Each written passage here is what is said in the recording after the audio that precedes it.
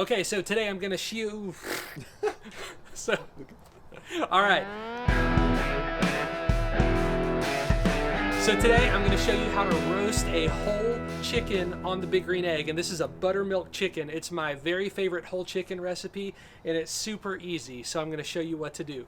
So first, we're gonna start with a whole chicken. So this is a Springer Mountain Farms chicken. It weighs about 4 pounds. You definitely don't want to go much bigger than this.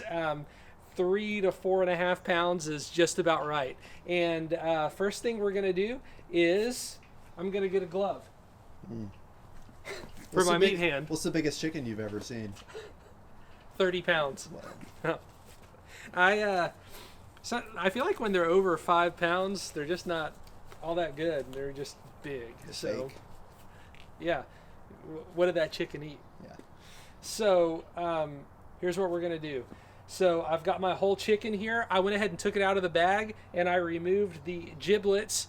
You don't want to cook the giblets, I don't think, in the paper. You don't want to do that. So I took them out, dried it off a little bit, and cut just like a little bit of the extra fat that I thought was going to burn. And now, this is super easy. I shall show you what to do. Gallon Ziploc bag, tablespoon of kosher salt, and this is whole cultured buttermilk. You don't want to do uncultured buttermilk. It's just not classy. I don't know what that means. It probably means something because they put it on there. So I'm just going to put a pretty good bit of buttermilk in this bag. That looks like enough. And then I'm going to just pick up the chicken and put it in the bag.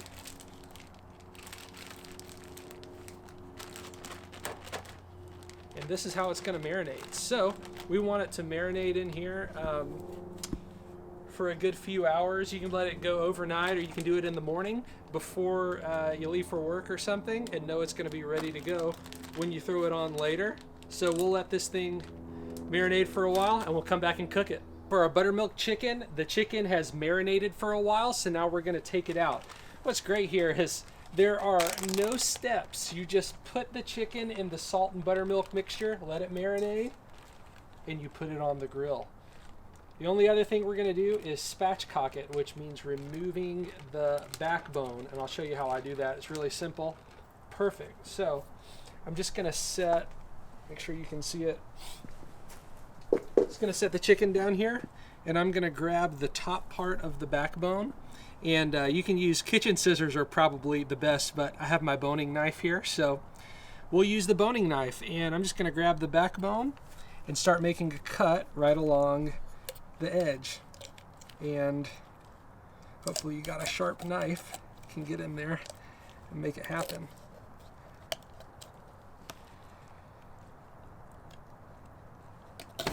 There we go. And then flip it around and grab this other side. So I'm just going to pick up the tailbone, cut through.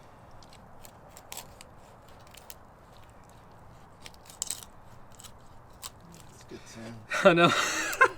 It's never very pretty, but you know, it makes the chicken cook really evenly, and that's why we do it. So this way the chicken can, I'll show you, it can just lay flat, and that's what you want. Woo! And here we go. Trying to not touch it with my other hand here.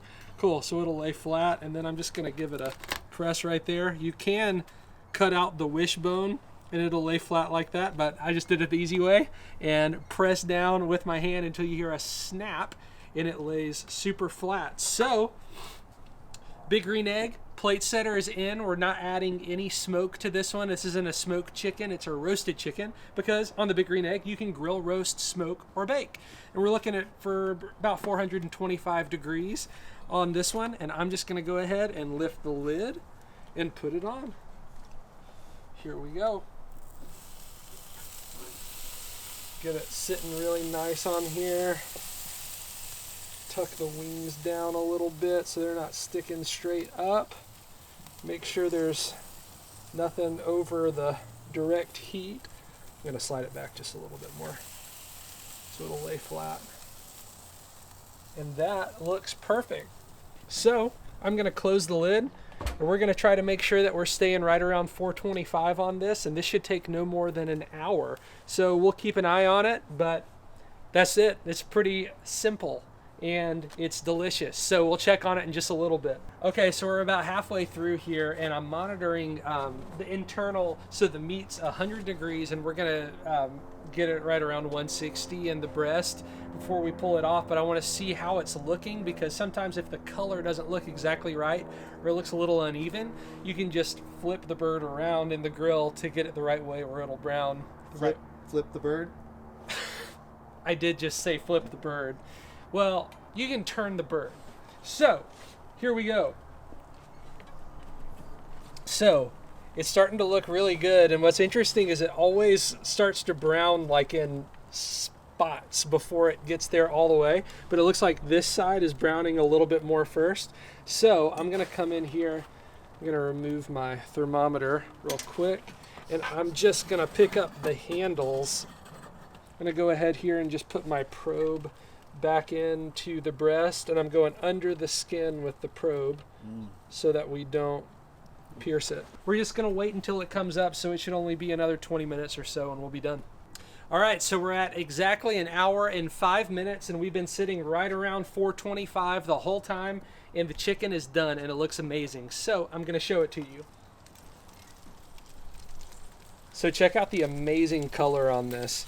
It looks so good. The skin is going to be really crispy because we cooked it at a high temp like this. So the lower the temp on a chicken, the tougher the skin gets. Sometimes that's okay with barbecue, but for a roasted chicken like this, you want a really great dark color and crispy skin and tender meat on the inside. And that is exactly what we have. So I'm going to be careful here. I'm going to pull out my probe, and then very carefully I'm just going to slide the tongs under the chicken.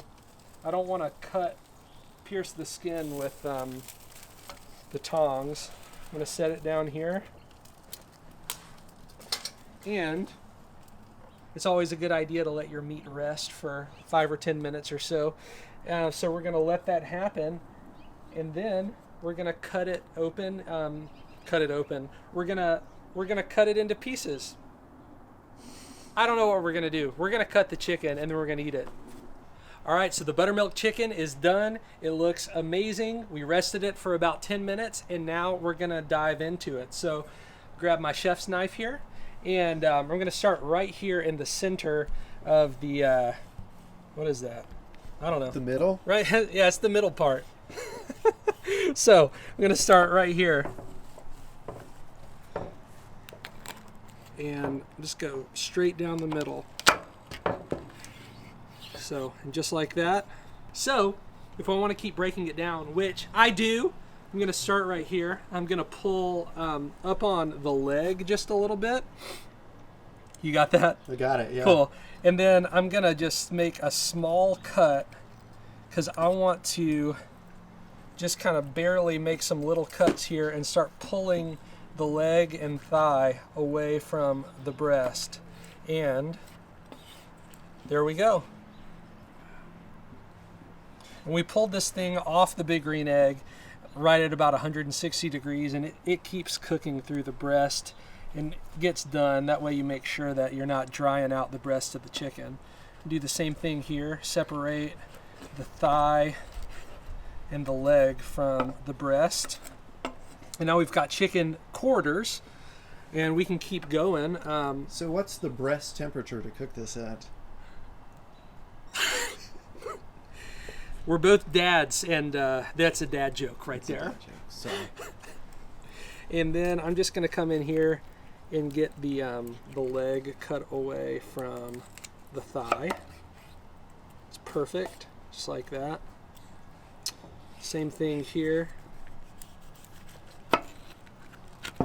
There we go.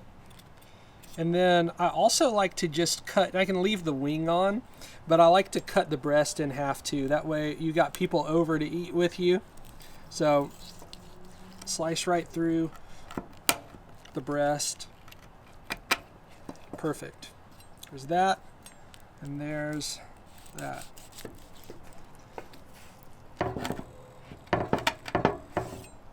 But you can see the breast is perfectly cooked through, nice and moist, perfect. And the skin looks amazing. People love it when the skin looks amazing. So there you go. You can feed your friends, and you've got a whole roasted buttermilk chicken with 2 ingredients, buttermilk and salt. 1 hour. You don't turn it or flip it or anything. Cut it and serve it with some asparagus or broccoli or whatever you want, or broccolini. And there you have it, buttermilk chicken. So I'm going to dive in here. So I've got the leg and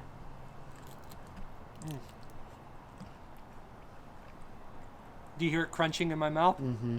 The skin is so good on these.